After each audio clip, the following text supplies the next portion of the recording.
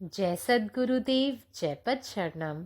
मेरे सद्गुरु की वाणी परम संत महात्मा यशपाल जी महाराज का प्रवृत्ति में निवृत्ति गृहस्थ धर्म के लिए श्रीमद् भगवद गीता का गीता सुधा भाष्य अध्याय 3 श्लोक 38। धूमेनाव्रियते वह्निर्यथा आदर्शो मलेन च यथोल्बेनावृतो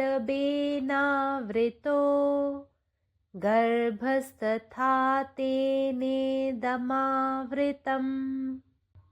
जिस प्रकार धुआं चंचल होते हुए भी अग्नि को ढक लेता है, उसी प्रकार विक्षेप चंचल होते हुए भी ज्ञान को ढके रहता है, क्योंकि बिना एकाग्रता के अंतःकरण में ज्ञान शक्ति प्रकाशित नहीं हो सकती। जिस प्रकार दर्पण पर मैल जम जाने से उसमें प्रतिबिंब नहीं पड़ता, उसी प्रकार अंतःकरण के अत्यंत मलिन हो जाने पर उसमें वस्तु या कर्तव्य का यथार्थ स्वरूप प्रतिभासित नहीं होता। जिस प्रकार जेर से गर्भ सर्वथा आच्छादित रहता है, उसका कोई अंश भी दिखाई नहीं देता, वैसे ही आवरण से ज्ञान सर्वथा ढका रहता है और आवरण के कारण मनुष्य निद्रा और आलस्य आदि के सुख में फंसकर किसी प्रकार का विचार करने में प्रवृत्त ही नहीं होता। यह काम ही मनुष्य के अंतःकरण में नाना प्रकार के भोगों की तृष्णा बढ़ाकर उसे विक्षिप्त बनाता है। यही मनुष्य से नाना प्रकार के पाप करवाकर अंतःकरण में मल दोष की वृद्धि कराता है, और यही उसकी निद्रा, आलस्य और अकर्मण्यता में सुख बुद्धि करवाकर उसे सर्वथा विवेक शून्य बना देता है। We all know that our desires can fall under 3 distinct categories. 1. Our desires can be low and vicious, mainly for the sensual pleasures, tamasic. 2. Our ambitions may be for active exertion in order to achieve power and wealth, to gain strength and might, to win name and glory, rajasic. 3. They can also be burning aspiration to strive and achieve a diviner perfection and a godly self-illumination, sattvic. As the fire by the smoke. Smoke partially veils the brilliance of the light emitted by the flame.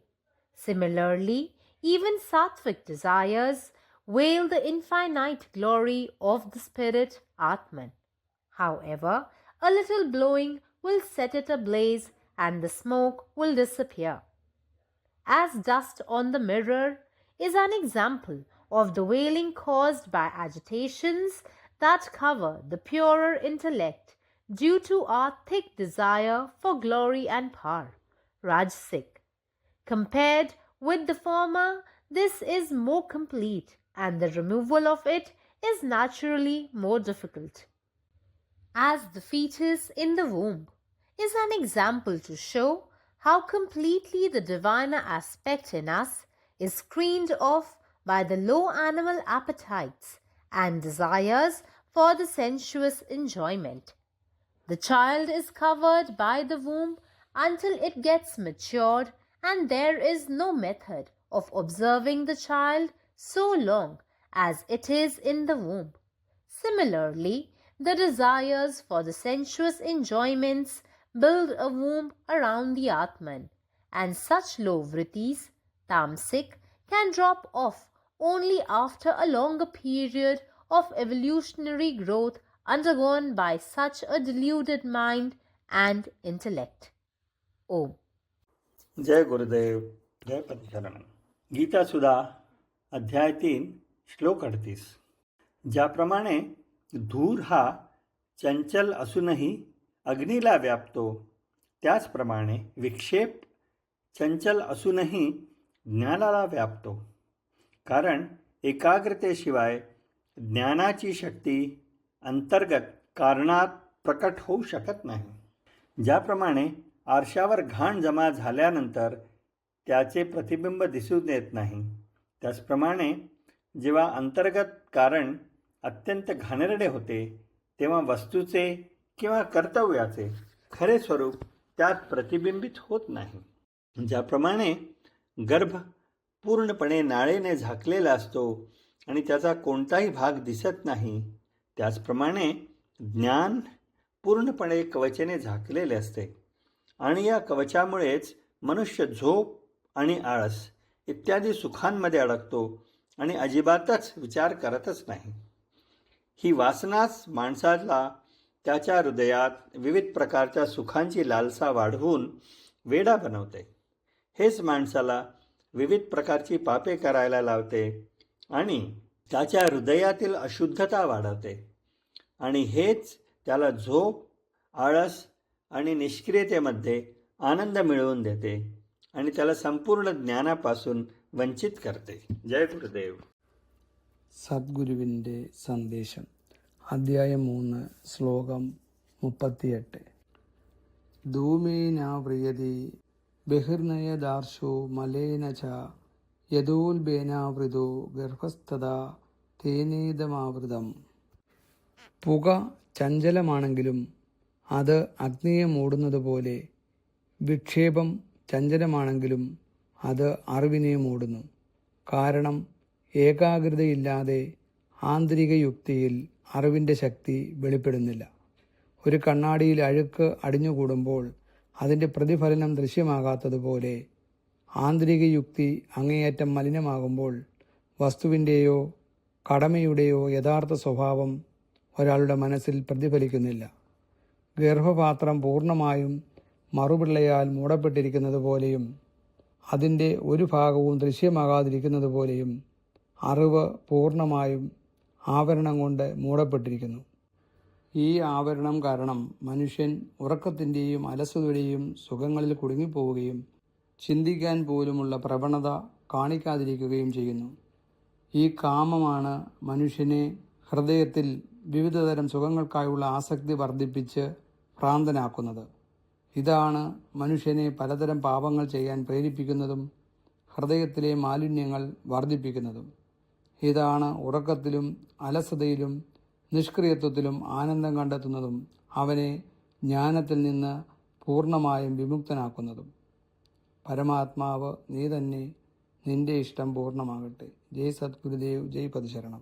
నా సద్గురు సందేశము గీతాసుధ పరసత్మాత్మ శ్రీ యశ్పాజీ మహారాజు వారిచే ప్రతిపాదించబడిన ప్రవృత్తిలో నివృత్తి గృహస్థు మార్గంలో గీతా భాష్యము అధ్యాయం 3 కర్మయోగము శ్లోకము 38. ధూమేన వ్రియతే వహ్ని యథాధర్మో మలేన చ ఇదోల్బేనావృతో గర్భస్థదా తేనేదమావృతం. పొగ చంచలమైనదైనా కూడా అగ్నిని ఏ విధంగా కప్పివేస్తుందో అదేవిధంగా విక్షేపములు చంచలమైనప్పటికీ కూడా జ్ఞానమును కప్పివేస్తాయి. ఎందుకంటే ఏకాగ్రత లేకుండా అంతఃకరణలో జ్ఞానశక్తి ప్రకాశింపజాలదు. అద్దంపై మాలిన్యం చేరుకున్నప్పుడు దాని యందు ప్రతిబింబము ఏ విధంగా ఏర్పడదో అదేవిధంగా అంతఃకరణము అత్యంత మలినమైనప్పుడు వస్తువు లేదా కర్తవ్యం యొక్క యథార్థ స్వరూపము ప్రతిబింబించలేదు. మావిచే గర్భస్థ పిండము కప్పబడి ఉండి ఏ అంశము ఏ విధంగా కనిపించదో అదేవిధంగా ఆవరణముచే జ్ఞానము సర్వదా కప్పబడి ఉంటుంది. ఈ ఆవరణ కారణంగానే మానవుడు నిద్ర సామర్థ్యములో సుఖములో బంధించబడి ఏ విధమైన ఆలోచనల్లోనూ నిమగ్నుడు కాలేకపోతున్నాడు. ఈ కామమే మానవుల అంతఃకరణలో అనేక విధములైన భోగముల కోరికలను ఉద్దిగావించి అతనిని పిచ్చివారిని చేస్తోంది. ఇదే మనిషిచే నానా విధములైన పాపములను చేయించి అంతఃకరణలో మలిన దోషమును వృద్ధి చేస్తోంది. ఈ కామమే అతన్ని నిద్ర సోమర్తనము అకర్మణ్యతల ఎందు నిలిపి అవే సుఖమైనవి అనే భావన కల్పించి అతను నిరంతరము వివేక శూన్యుని గావిస్తున్నది. పరమాత్మ నీవే ఉన్నావు, నీ ఇష్టమే నెరవేరాలి. జై సద్గురుదేవ్, జై ప్రసాద్. ధూమేనావ్రియతే వహిర్యర్థాదర్శో మలేన చ यथोल्बेनावृतो गर्भस्थता तेनेदमावृतम। जेना धुआं अपन चंचल स्वरूप सँ अग्नि के आच्छादित क लैत अछि, तहिना विक्षेप सेहो अपन चंचलता सँ ज्ञानक ज्योति के झाँपि लैत अछि। किएक तऽ जखन अंतःकरण एकाग्र नहि रहैत अछि तखन ज्ञान शक्ति ताहि में प्रकाशित नहीं होइत अछि। जेना दर्पण पर धूल वा मैल जमि जाइत अछि तखन ओहि पर प्रतिबिंब नहीं पड़ैत अछि, तहिना जखन अंतःकरण अत्यंत मलिन भऽ जाय तब वस्तुक वा कर्तव्यक यथार्थ स्वरूप ताहि में प्रतिबिंबित नहीं होइत अछि। जाहि तरहें गर्भ जेर सँ पूर्णतः आच्छादित रहैत अछि आ ओकर एकोटा अंश देखल नहीं जा सकैत अछि, तहिना आवरण सँ ज्ञान सर्वथा झाँपल रहैत अछि। एहि आवरण के कारणे मनुख निद्रा, आलस आ सुख बुद्धक मोह में फँसि जाइत अछि, जाहि सँ ओ विचार करबाक शक्ति सँ वंचित भऽ जाइत अछि। ई काम एकटा प्रमुख दोष अछि जे मनुखक अंतःकरण में भोगक तृष्णा बढ़बैत अछि आ ओहि तृष्णाक कारणे मन विक्षिप्त भऽ जाइत अछि। इएह मनुख सँ नाना प्रकारक पाप कर्म करबबैत अछि, अंतःकरण में मौल आ दोख बढ़बबैत अछि आ फेर आलस, निद्रा आ अकर्मण्यता के सुख समान बुझबैत अछि। एहि प्रकार ई मनुख के पूर्ण रूपेण विवेक शून्य बना दैत अछि। अखिल भारतीय संत मत सत्संग पंजीकृत दिल्ली, मुख्यालय B20 CC colony, Rana Pratap Bagh के सामने, दिल्ली। सत्संग आश्रम संत यशरूप तपोभूमि परिसर, अनंगपुर, जिला फरीदाबाद, हरियाणा।